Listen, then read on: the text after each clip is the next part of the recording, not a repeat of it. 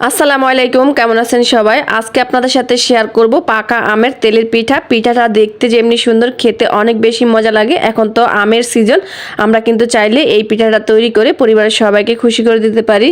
তার জন্য এখানে আমি নিয়েছি 3টা পাকা আম। এই আমগুলো আমি আমার গাছের থেকে নিয়েছি, আর আমগুলো কিন্তু অনেক বেশি রসালো।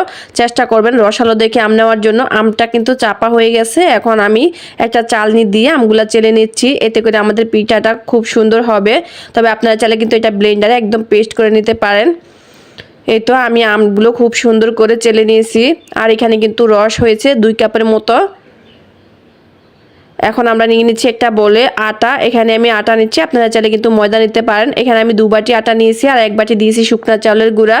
দিয়ে দিচ্ছি পরিমাণ মতো লবণ। লবণটা এখন আটার সাথে খুব ভালো করে মিশিয়ে নিচ্ছি।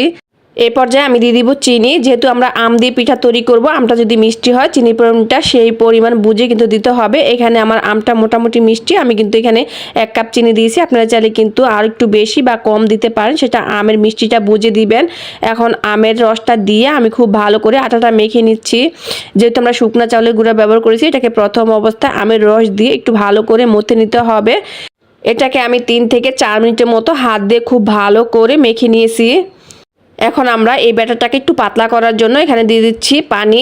পানিটা অল্প অল্প করে দিব। এখানে আমি 1/2 কাপের মতো পানি দিয়েছি। পানি দিয়ে এখন এটাকে হাত দিয়ে খুব ভালো করে ফেটিয়ে নিব। এই ব্যাটারটাকে খুব ভালো করে ফেটিয়ে নিলে আপনার তেলের পিঠাগুলো খুব ভালো হবে। এই যে আমি হাত দিয়ে খুব ভালো করে ফেটিয়ে নিচ্ছি। এখানে কিন্তু আমার আটাটা মাখানো হয়ে গেছে। এখন এটাকে আমি 10 মিনিটের জন্য রেস্টে দিব, এতে করে আমাদের তেলের পিঠাগুলো খুব সুন্দর হবে।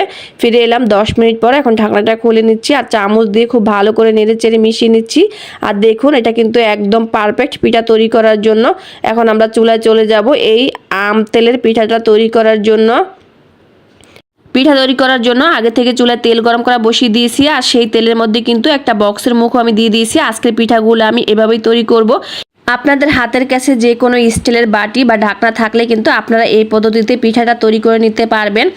আমি প্রথম পিঠাটা দিয়ে নিয়েছি। দেখুন, কৌটার মুখ থেকে কিন্তু পিঠাটা নিজে নিজেই ছেড়ে যাচ্ছে, এটাকে ছাড়ানোর কোনো ঝামেলা নেই। তারপর পিঠাটা উল্টে দিয়ে এখন আমি আরও একটা পিঠা দিয়ে নিচ্ছি।